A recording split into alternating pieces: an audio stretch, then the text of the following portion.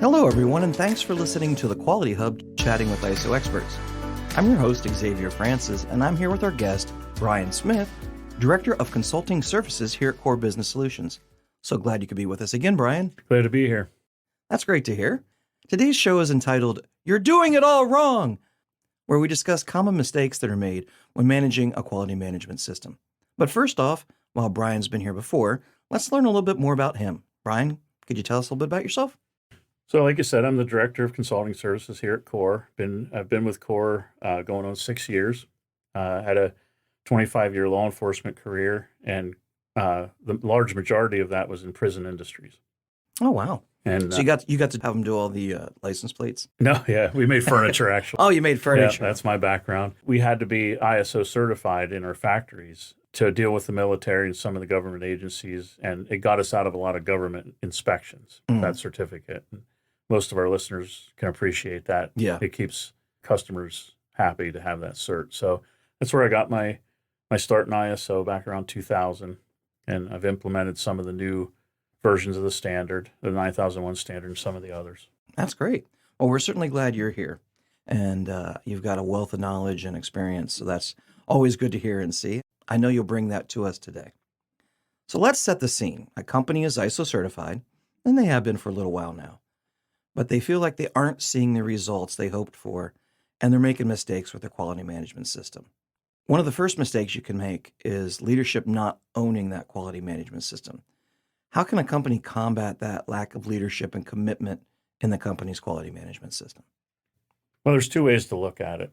Generally, top management is not separated from the quality management system. The quality management system is separated from top management. Oh, so it's something you've brought in and it's sort of an add-on and it's not ingrained yet. I see a lot of that where people think, oh, it's ISO, it's something else we have to do. Mm-hmm. And, that's where you have to keep it clear. ISO is not your quality management system. It's a framework for your quality management system. And if your leadership is divorced from the quality management system, you're not going to have a company for very long. Right. It really doesn't happen that way. So from the beginning, it's really important that top management start the project of becoming ISO compliant or certified, and that they have the influence on the project right up front. And from our side of it, from your consultant side, it's important that we show you right away how they match up. Okay. That this is ISO 9001 standard is just a framework. It really doesn't tell you how to do anything. Right. It lets you make those decisions. Exactly. And the newest version, the 2015 version, is pretty drastically different than old versions. Mm-hmm. There was a lot of stuff in the old versions that people in business and people in industry just shook their head and couldn't see value in, and I was one of them. Like, why are we doing this? Exactly. And this last version, when I first saw it, I kind of shook my head and said, finally, I can use this now as a tool, this framework.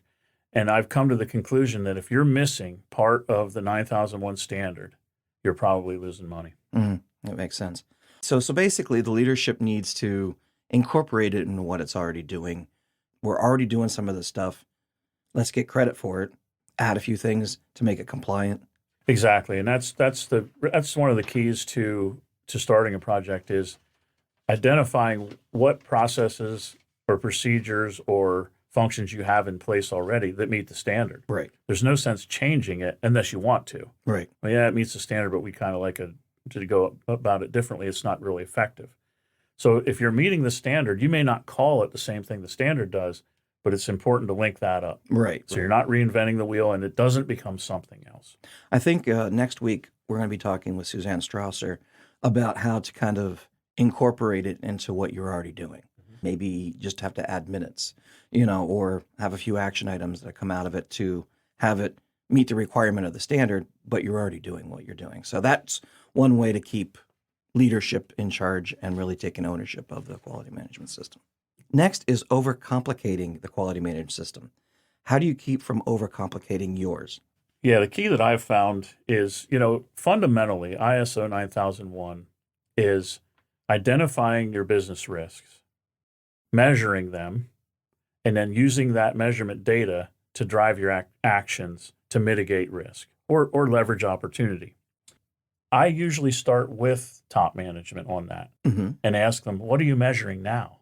And that can have a twofold benefit. First of all, I've engaged top management right away. Right. Because if they're measuring something, they see it as a risk or an opportunity. Right. They just don't call it that. They don't call it what's the same thing the standard does. Right. And for me, that's the first step in engagement and showing them that this is a structure to benefit your mission. And the other benefit to that is, I've seen this several times, when middle management finds out what the CEO is measuring and sees as a risk, they didn't know. They didn't know that was an issue. I don't see that very often, but all of a sudden, you don't just have a certificate now. You've made a huge communication breakthrough in your company.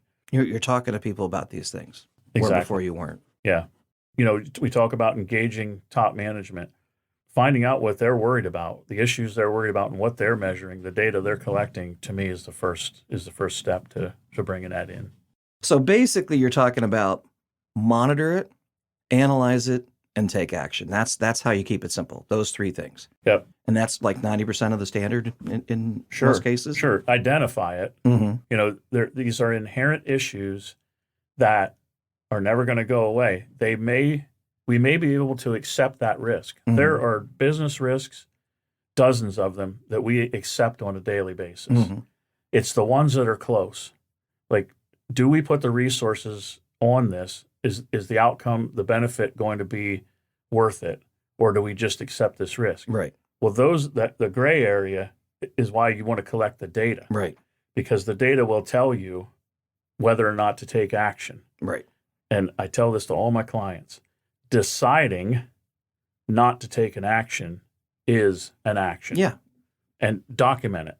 We've studied this, and we decided we can accept this risk for now. We're going to keep an eye on it. Yep. Yep. You're being intentional. At least you know what you're doing. You're making a decision to or not to. Right. And that's the core. That no pun intended.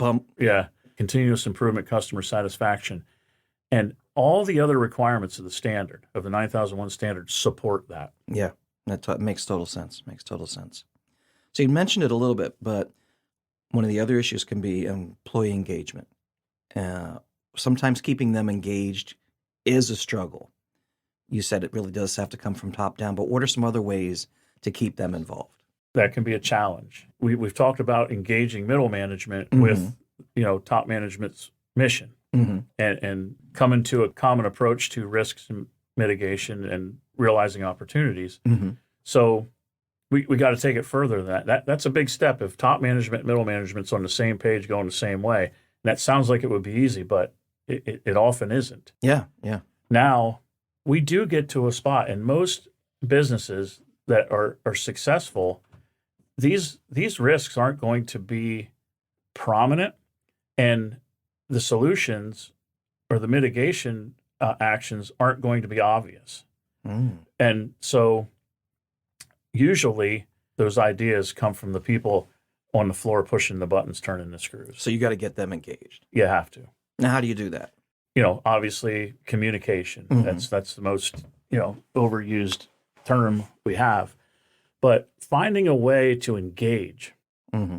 I've found a lot of value in, having periodic meetings, usually whatever works for you, either before or after your management review or Mhm. your management meetings, your operations meetings, Mhm.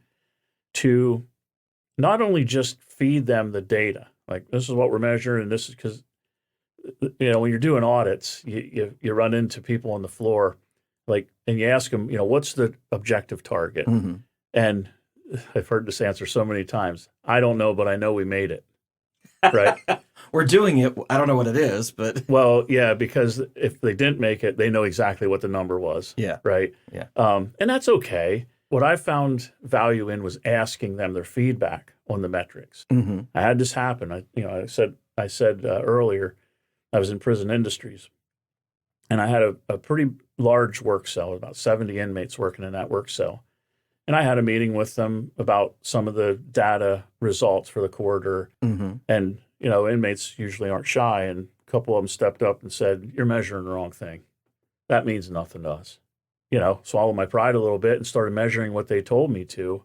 Even if I didn't agree, the biggest thing that happened right there is they took ownership of it. Yeah.